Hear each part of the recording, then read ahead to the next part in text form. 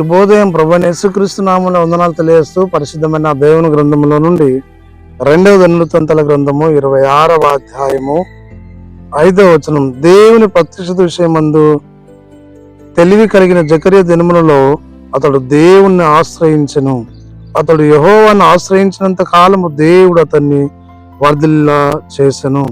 ప్రార్థన చేసుకుందాం. పరిశుద్ధుడా, ప్రేమ కలిగిన తండ్రి, వందనాలు స్తోత్రం చెల్లిస్తూ వాక్యం ధ్యానించదని వందనాలు చెల్లిస్తూ యేసు నామములో ప్రార్థించి అడుగుతున్నాము తండ్రి, ఆమేన్. దేవుడినటువంటి ప్రభువు ఉజ్జియా పరిపాలిస్తున్నటువంటి కాలములో ఆ ప్రభువు ఉజ్జియా దేవుణ్ణి ఆశ్రయించినాడు. ఆయన ఏలన ఆరంభించినప్పుడు 14 ఏళ్ల వాడు యెరూషలేములో 82 సంవత్సరములు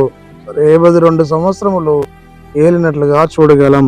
ఇక్కడ దేవుణ్ణి ప్రత్యక్షత విషయమందు తెలివి కలిగి నేను దేవుని దర్శనాన్ని పొందాలని ఆశ కలిగినటువంటి వ్యక్తి దేవుణ్ణి ఆశ్రయించినాడు. దేవుణ్ణి ఆశ్రయించడం ద్వారా ఉజ్జియా ఆయన వర్ధిల్లు చేయగలిగిన దేవుడై ఉన్నాడు. కాబట్టి నీవు నేను కూడా దేవుణ్ణి ఆశ్రయించాలి.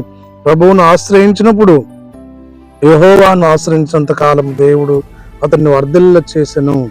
ప్రభువును ఆశ్రయిస్తే నీవు లోకంలో ఈ దైనందిన జీవన ప్రయాణంలో వర్ధిల్లగలవు, అన్నిట్లో విజయం అనుగ్రహించి దేవుడై ఉన్నాడు. కాబట్టి ప్రియ సహోదరుడా, నీవు నేను కూడా ప్రభువును ఆశ్రయిస్తూ ఆయన శాస్త్రం పొందుకొని లోకంలో సంఘంలో సాగినట్లు పరిశుద్ధాత్మ దేవుడు తోడైండి నడిపించి దీవించిన గాక. ఆమేన్. మౌనతుల స్తుతి స్తోత్రాలు చెల్లిస్తూ వాక్యం దానించి వందనాలు చెల్లించుకుంటూ యేసు నామములో ప్రార్థించి అడుగుచున్నాము తండ్రి, ఆమేన్. తండ్రి, కుమార పరిశుద్ధాత్మ త్రియేక దేవుడు సదాకాలం తోడైండి దీవించి ఆశీర్వదించును గాక. ఆమేన్.